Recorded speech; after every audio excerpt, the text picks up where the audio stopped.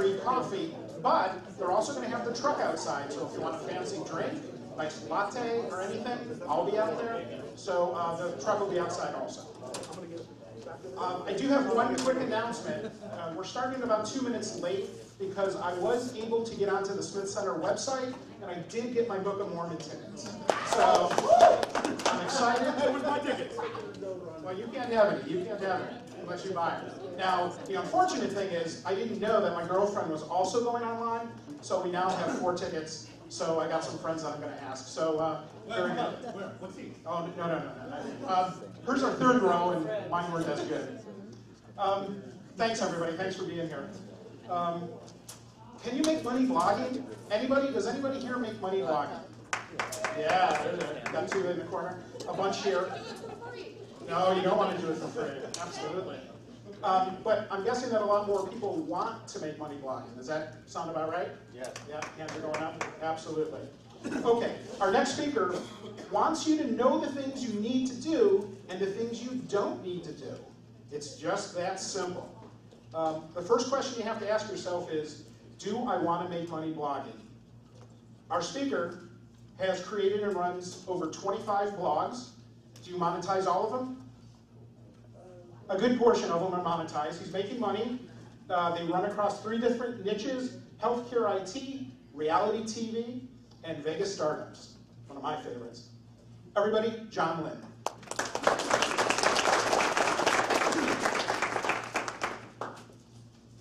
All right, so that was pretty interesting. I was going to ask the same thing. I guess, so there was 4 or 5 hands that raised making money blogging, right? So how many of you make part-time income blogging, right? Raise your hand. And how many of those people make full-time, or are other people, full-time income, they just make money blogging? Excellent, quite a few. Well, I thought it was really interesting opening having Chris here, and his example that the people in the back of the room were laughing about coding. And I want to extend his analogy that maybe there's some people in another room of this building who are talking about actions and hooks and different coding techniques with WordPress, and they look at the room in here and they say, that's not coding, that's not WordPress, right? And I think it's very similar, because does it really matter? I mean, I think that's the point Chris was making. Does it really matter how we accomplish the end goal?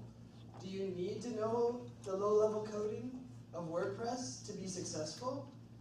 Or, and maybe what you define as success? In this, in this presentation, I want to talk about blogging as a way to make money. So if you don't want to do that, then you might want to go visit the coders, right?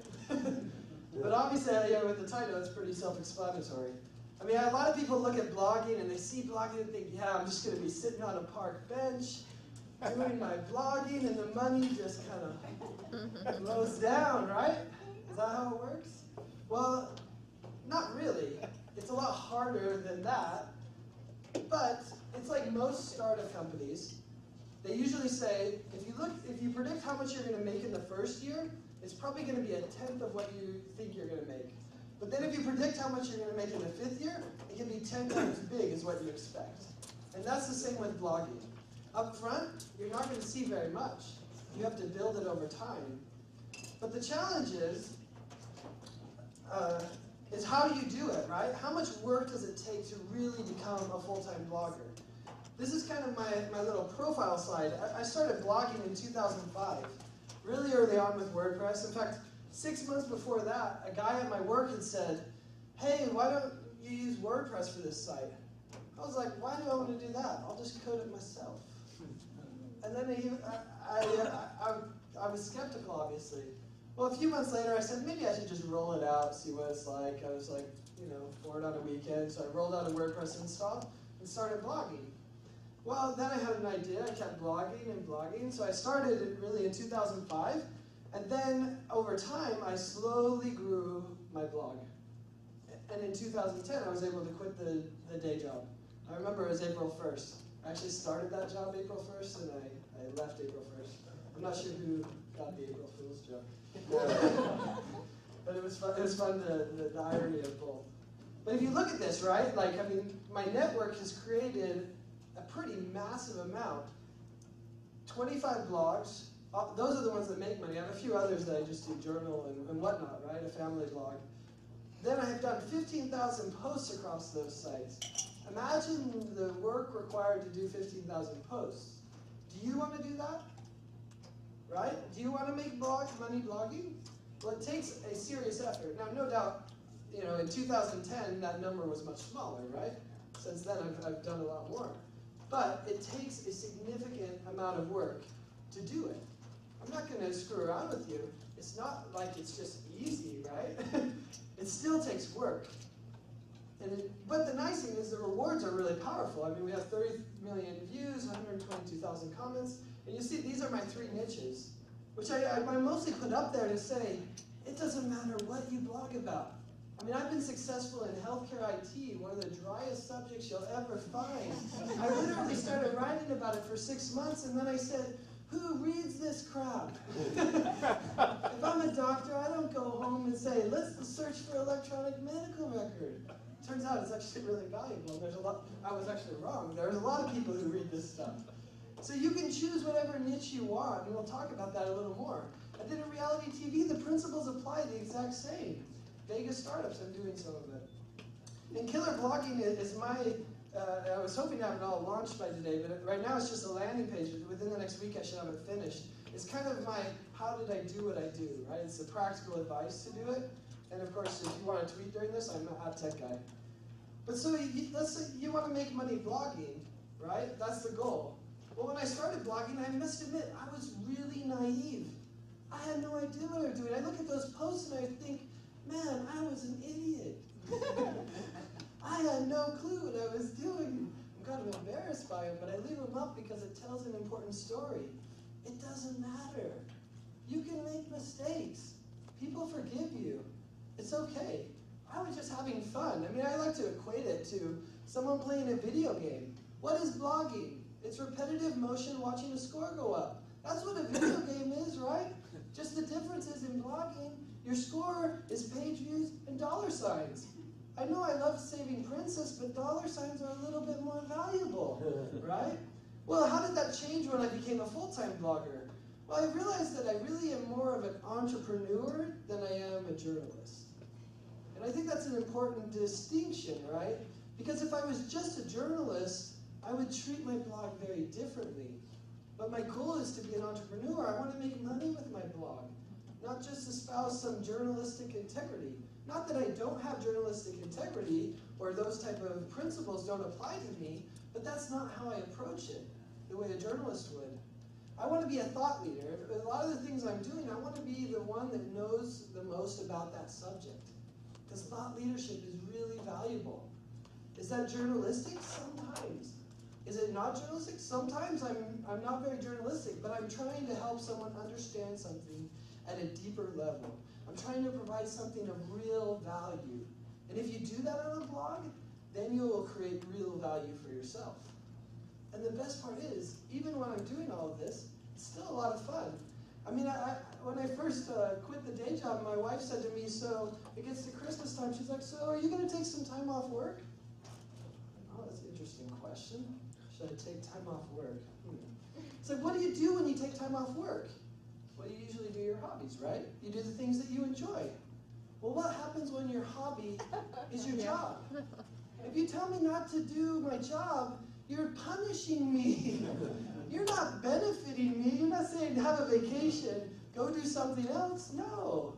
And so it was an interesting challenge, and certainly for all the family stuff I took off, but I still did some work, but I decided to do other projects I might not normally do, but it's still work, because it was so much fun, right?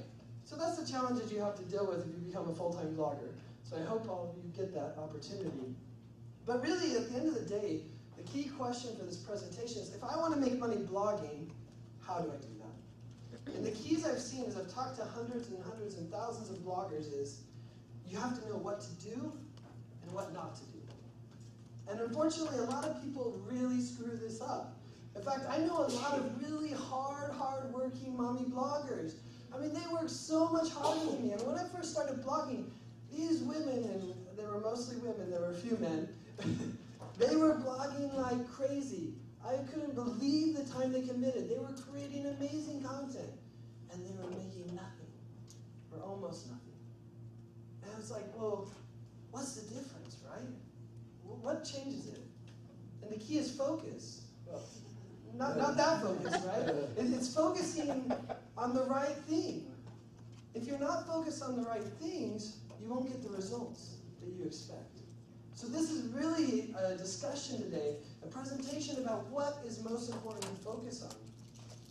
So if you look at blogging, it's really simple. I narrow it down to these 3 areas. You create amazing content. You market that content so someone actually is reading it, and then you monetize it. That's simple, right?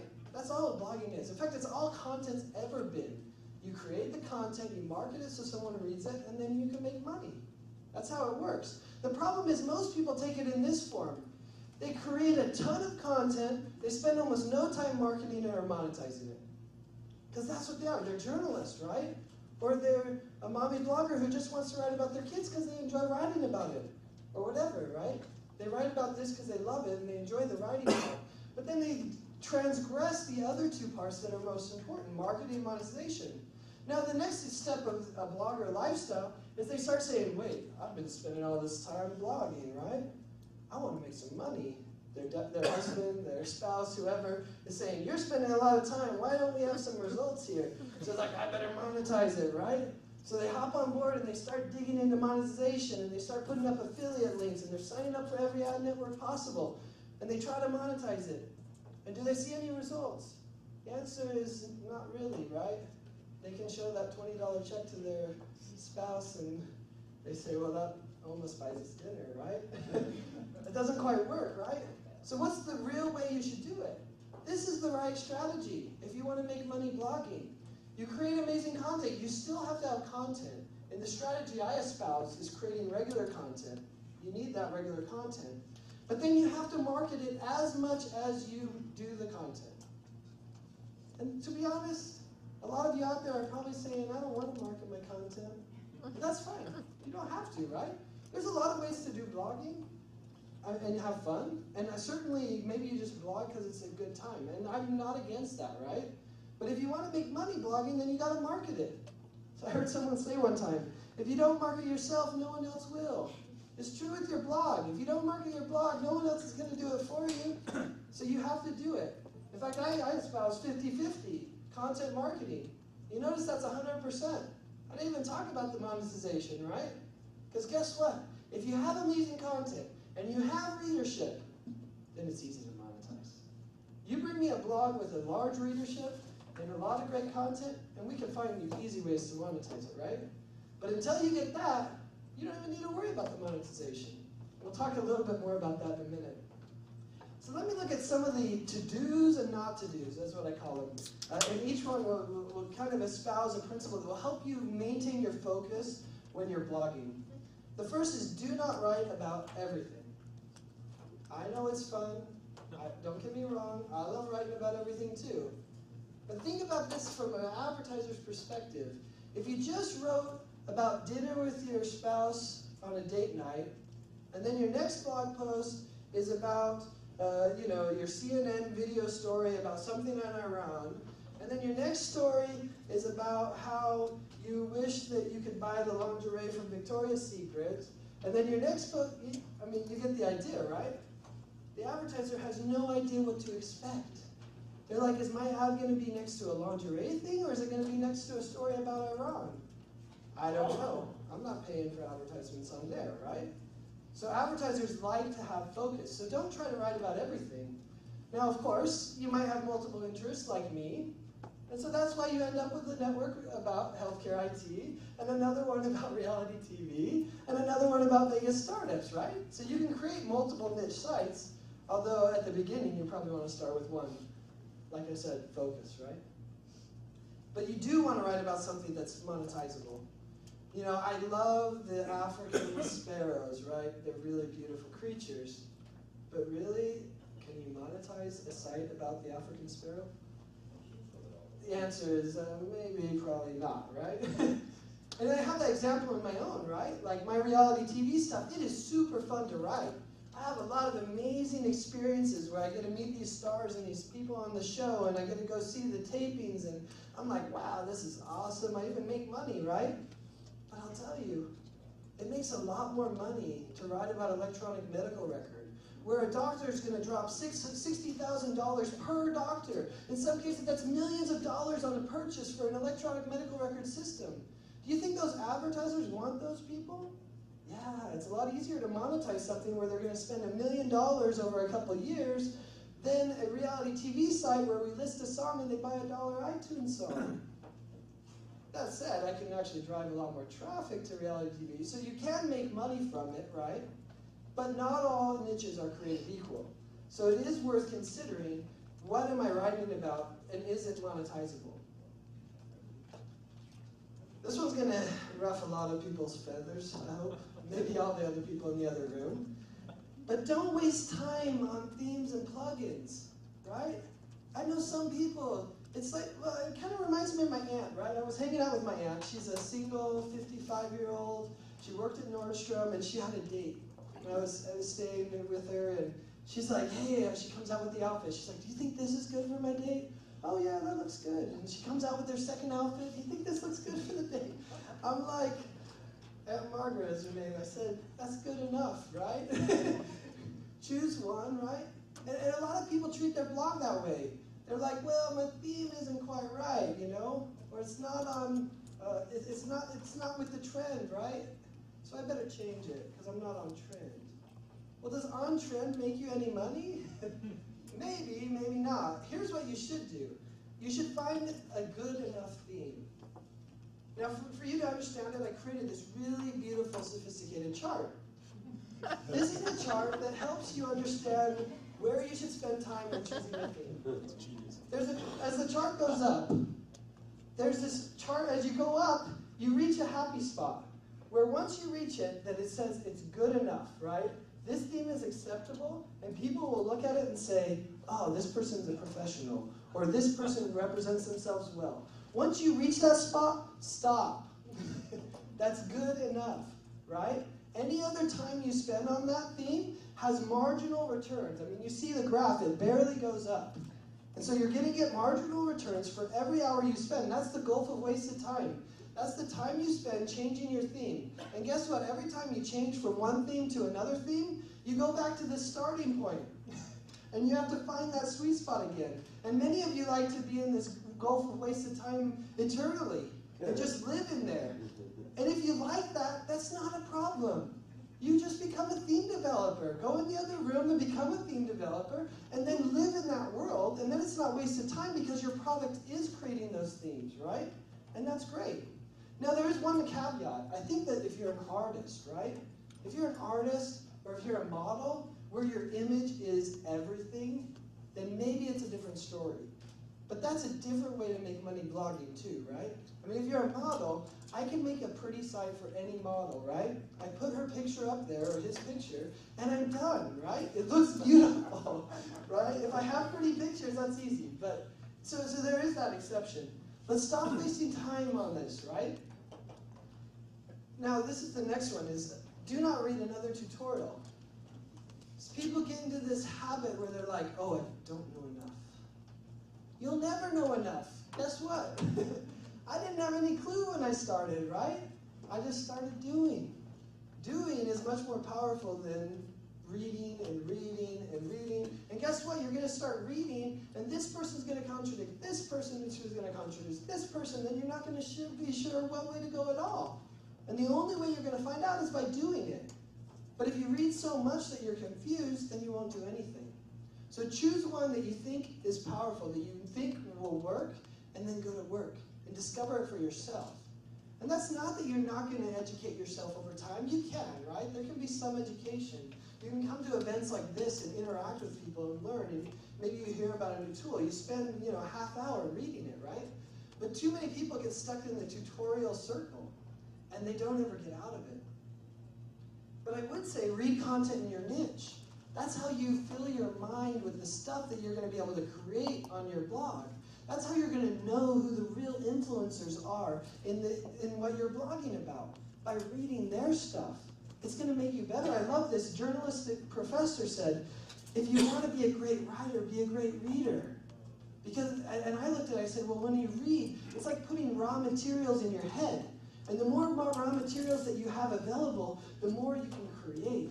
If you don't have those raw materials, you can't create that amazing content. So do read that in your niche. You want to know who the influencers are. You want to learn from their style. When I started writing about EMR, I didn't know what I was doing. I went and I found this guy's blog. He was a journalist. He's been a journalist in healthcare IT for 10 years. I'm like, he knows a lot more than I do. So I read his stuff, and I copied his style. I was like, oh, I like that. That's pretty cool. I used his style. In fact, interestingly enough, a few years later, I brought this guy into my network, and now he's part of my network. And I go to him and I say, hey, you know what? You taught me how to do this.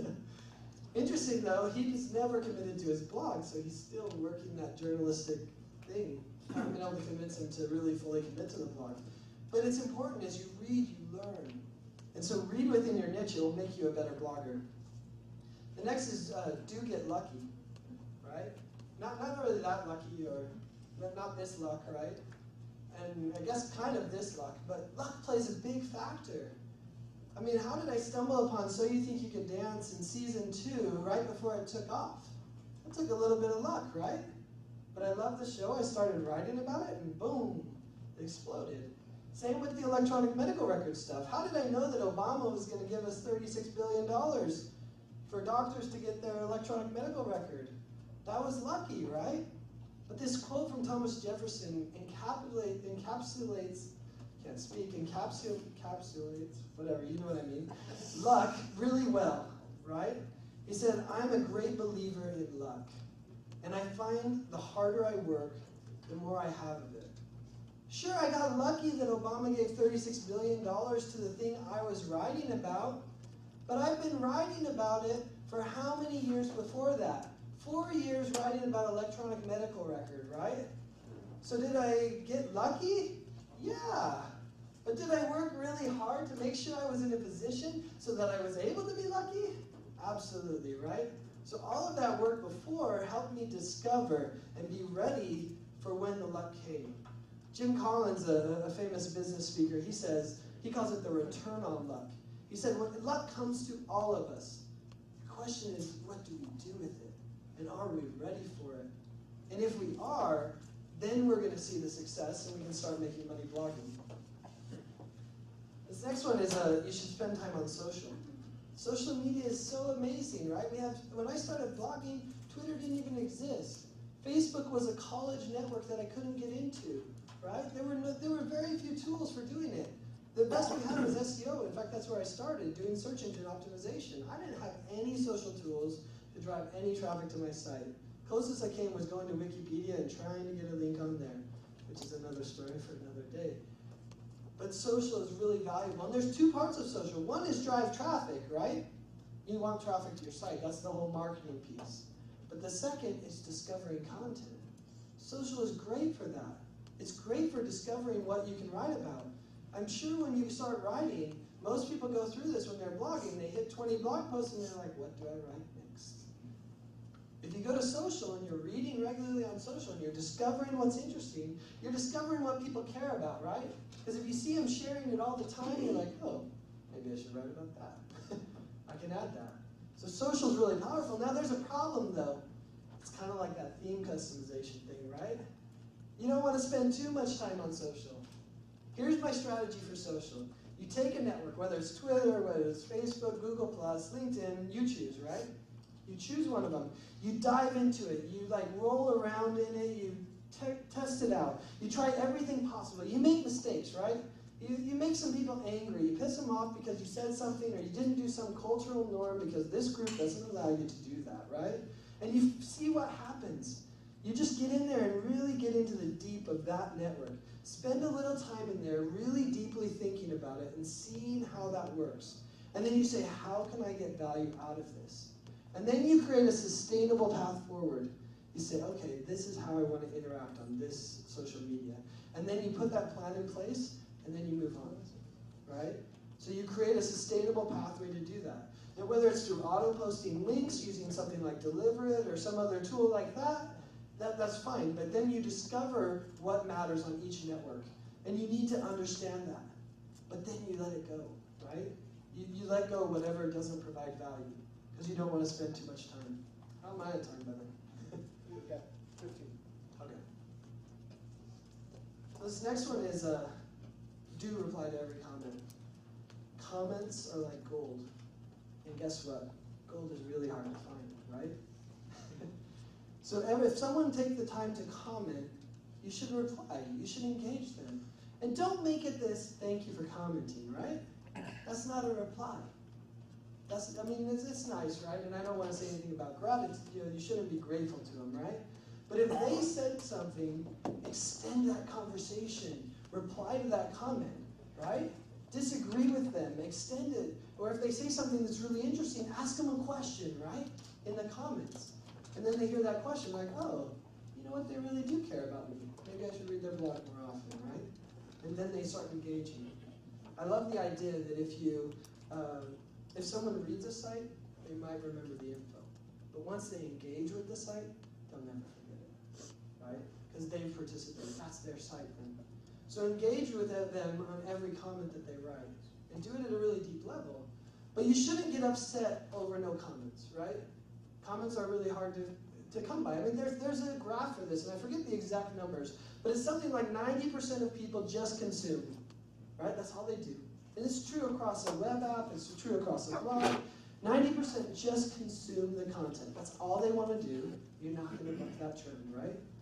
8 to 9% of them will comment occasionally. They'll come back every year, every few months. They'll just randomly comment. And then you have 1% of people, maybe less, depending on your site, that comment all the time. They're the habitual commenters. And then over time, those habitual commenters reach a point where they say, dang, I might be spending a little too much time on your site. I posted one time at the end of the year the top commenters, thinking to myself, if I recognize these commenters, they'll comment more. Well, I posted this site, I said, here's the top commenters. One of the commenters wrote me, he said, oh, I saw, and he didn't tell me this till about 6 months later. He said, yeah, I saw your post, I realized I was the top commenter. He's like, oh, maybe I shouldn't spend so much time on that site. So that was a lesson learned, right? But it's okay, that's fine. What you should do instead is you should look at your stats. And you should really have a good stats program. Because it doesn't matter if people comment, you can still make a lot of money, right? And the stats program will tell you how you're doing. And it will give you that reinforcement and that motivation that you need to keep going, right? Because motivation matters. You need some sort of stimuli saying, this effort isn't for naught. And the stats is a good one. Now look at these graphs, these stats programs. Who says that they'd rather own website 1 versus website 2? We got 1. Who would rather have website 2? Oh, we got a second. Website 2. The interesting part is you have no idea which of these sites is more valuable, right? In fact, how do you know if this spike right here is a spike to 1 million? And right here is like 300,000. And this is 33. You have no idea, right? And that's actually the beauty of the stats program. I don't care if you have 30 visitors or 500,000 visitors. The spike that happens either way. And it's just as exciting. This top site is actually my brother's site. He does an aviation blog, aviationguy.com. But he did it, and he got this spike. And I think it's up to like 1,000 page views or something. And he loved it. I mean, the emotion he had for getting 1,000 page views, and I assure you, even for me, if I start a new site, when it spikes, I get that same adrenaline rush of excitement, even when it's from 20 to 1,000 or 20 to 200. It's beautiful, and you feel it. It turns out this bottom one is actually a lot more valuable. I think it averages about 5,000 pages a day. But the beauty is it really doesn't matter. You're going to get the same enjoyment, the same motivation, whether you have a highly trafficked site or not. In fact, once you get a highly trafficked site, it becomes kind of rhythmic, right? I mean, you can see the rhythm here. Saturdays and Sundays are bad. I think this was Thanksgiving in there, so it was low. But it almost feels rhythmic, and it's not as exciting, right? It's hard to get a spike on 5,000. Not so hard to get a spike on 20 page views, right? So in some ways, it's better at the beginning. So use a good stats program to help motivate you. This next one is you should monetize from the start. Now, I told you not to waste time on monetization, and that's true. But you should have some monetization on your site. I think Google AdSense is the low-hanging fruit that's easy to implement, as long as you can get accepted. I think they're accepting more people now. But you want to have some monetization on there from the start. I think there's a couple of reasons for this. First, when someone comes to your site, you want them to know, hey, I'm here to make money, right? So that 8 months down the road, you build this huge following, and then they see this ad, and they're like, oh, I thought this was someone with integrity. They didn't put ads on their site, and now they did. They're a sellout, right? I mean, you don't want to do that message to someone that says, oh, you know what? I was just kidding. I was just screwing with you. Now I'm going to take you for your money. Nobody likes that, right? But if you had ads on from day one, they already know, hey, I'm here to make some money. And guess what? People don't mind it, right? Some people do, but that's right, there's enough other readers, especially depending on your niche. Some don't even know what an ad is, which is a beautiful part of healthcare. They're so behind on IT, they're behind on knowing what an ad is. But you should do it from the start. And the other valuable thing about doing it from the start is once you start doing your content, and you start marketing your site, and you start seeing some traffic, then you start seeing some money being made. And then you know it's time to start thinking about monetization. Because if you can't make one of them change, and you can't make Google AdSense or whatever it is, at least give you something, right? Provide some value. How do you ever know what your site's worth? So if an advertiser comes to you and says, I want to buy an ad, how much does it cost? You have no idea. But if you've monetized from the start, you have an idea. You have a feeling. How much is it worth? How much have I built? How much value is there? But back to this beginning, right? Do not sign up for another ad network, right? Do not sign up for another option. Stop wasting your time signing up for more affiliate programs. You can get an affiliate program for selling just about anything, right? But until you've created amazing content, until you've created a marketing plan that gets readers to your site, if you have attention, if you have readers, if you have eyeballs, you can make money. So stop signing up for this until you've done the first two. And the best part is, it's really so easy, a minion could do it. In fact, this is my son. If you go to curtislin.com and you like minions, you can see the minions he's done. So that's his blog, and he posts his minion pictures, and I saw the kid over here. Nice. It's a lot of fun. I mean, he came to me. Emotional. Children, you know? He came to me and said, he saw how much I made, and he said, Dad, if I did your job, could I do it? I thought about it. Wow, that's interesting. Could you do it? I was like, could you do my job? And I was like, what would he write about, right? And he's like, Dad, can I write about minions? I bought curtislin.com, and I was like, sure, let's do a blog about minions on curtislin.com. So I started initially scanning in all of his minion pictures, and then I was like, dang, he's got a lot to learn, right? It's how to scan, you got to look at the file, how do you rename it, how do you drag it into Wordpress? And I thought, no, he doesn't need to know all that. We have an iPad. Put the picture on the ground, snap the picture, open the WordPress app, he posts the picture. He doesn't need to know anything about scanning, about how to crop it. He just snaps the picture and puts it up. And so he did that. And then he came to me one night, it was actually bedtime, and I was supposed to be in bed, but he came with the iPad and he said, Dad, I want to shoot a video. Okay, what are you going to do for your video? I'm going to teach people how to draw a minion. Okay, yeah, I guess that sounds good, fits, you know? So I was like, all right, so he gets on the ground, and I'm holding this, I'm like, does he even know how to teach someone, right? Does he know how to do this? Well, let's see, I mean, I don't have to post it, right, if I don't want. I was like, so I'm holding this iPad, you can see the video on his site. I'm holding this iPad, and he's there. To draw a minion, you need to have, and then his sister runs in, we're like, sister, stay up. One take, he does the video, he teaches you how to draw a minion, we post it to YouTube, we post it to his blog, and now he's a video blogger too, right? He doesn't even think about this, right? And then he comes up, he says, I want to do the angry minion, and he's in his outfit, and he does it, teaches how to do an angry minion, and he puts it up, and he's already made money. Now the beautiful part for a kid is, if he makes $3, that's a lot of money for him, right? So it's great. But yeah, anybody can do it. It doesn't really matter. So I think I'm out of time. If I have a few minutes for questions, happy to answer.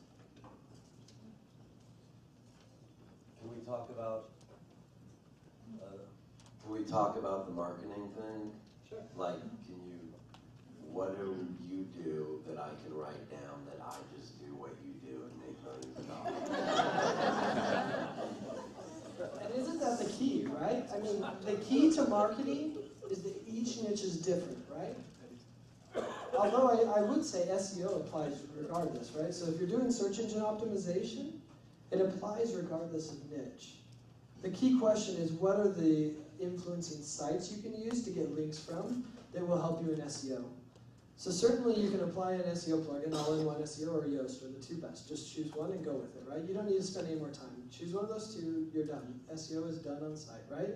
Choose a theme that's thought about SEO. If you've done that, it's good. You put good keywords in the titles, right? If I put a thing that says minion, that's not very good, right? But if I say draw a minion tutorial, that's really valuable. It could get draw tutorial or minion tutorial or minion drawing tutorial. I mean, there's all those varieties, right? So I mean, that's, I think, if you do the title and you put some of those keywords in the body and then put a couple tags and categories that apply to that, you've done enough, right, for SEO. Like, start there and then go get a few links around those same topics. So there's some basic SEO, right? And if you do that, and you do that consistently over time, right? The first time you do a blog post on minions, Google says, you're not a minion thing. The 100th time you do a blog post on minions, Google starts to say, you know what? He might be about minions, right? He's written 100 posts. And so that adds up over time. The other is social, right? Grow your following on Twitter. And the way you do that is by interacting. You don't necessarily go straight and say, hey, read my crap, right?